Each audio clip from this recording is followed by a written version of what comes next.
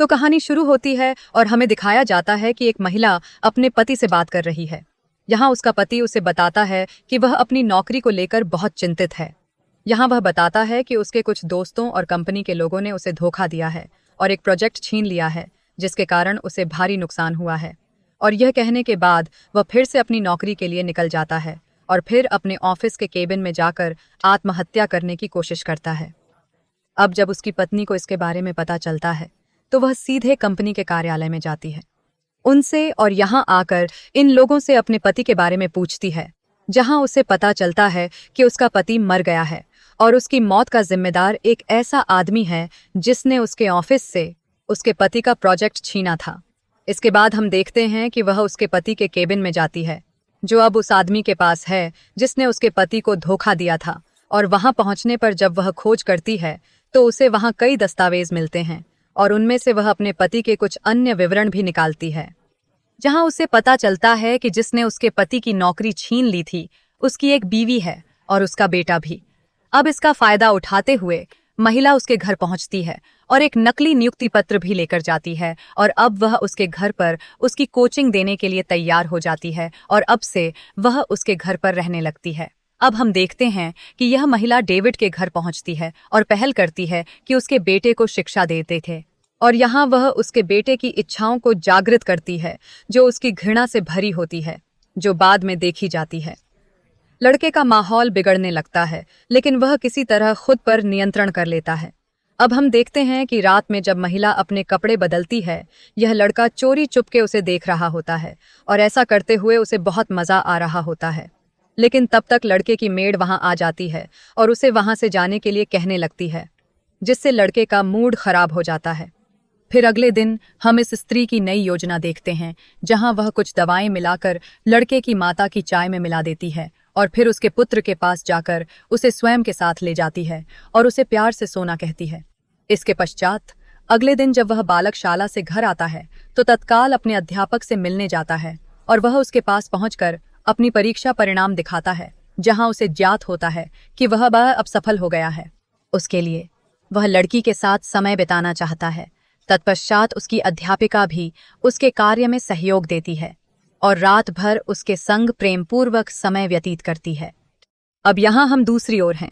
हम देखते हैं कि लड़के की माँ भी बहुत परेशान थी, जिसके बाद उसका पति उसे इस स्थिति में देखने के बाद बहुत दुखी हो जाता है और वह अकेला जाता है और पोल खेलना शुरू करता है।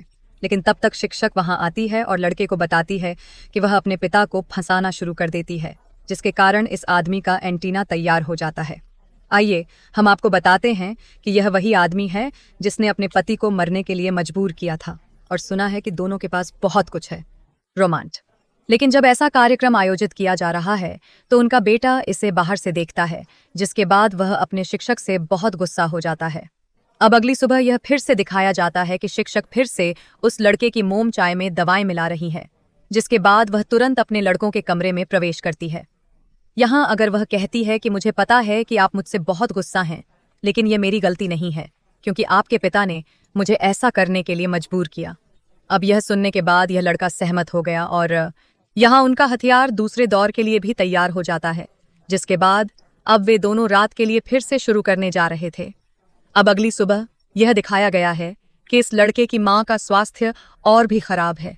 वह बदतर हो गई थी और उसका शिक्षक उसे नशे में चाय की दवा देने के लिए सुबह फिर से आया था। लेकिन इस बार जैसे ही वह चाय पीती है, वह कुछ समझ जाती है कि उसकी चाय में निश्चित रूप से कुछ मिलाया गया है।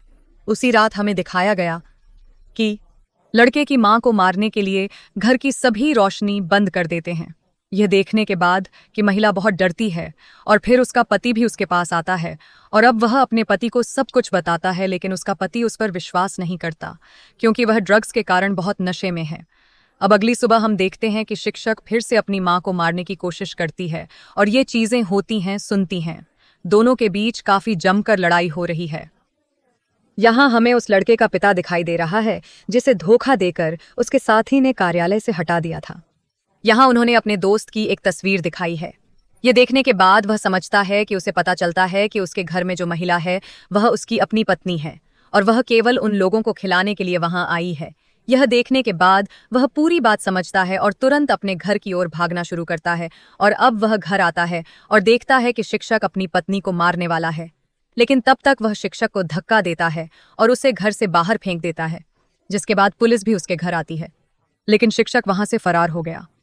अब अगली सुबह यह दिखाया जाता है कि वह आदमी अपने बेटे को बुलाता है, जहां वह अपने बेटे को अपने घर बुलाता है। लेकिन उसे कैसे पता चला कि घर में इतना घोटाला हुआ है? यह कहते हुए फोन लटका देता है।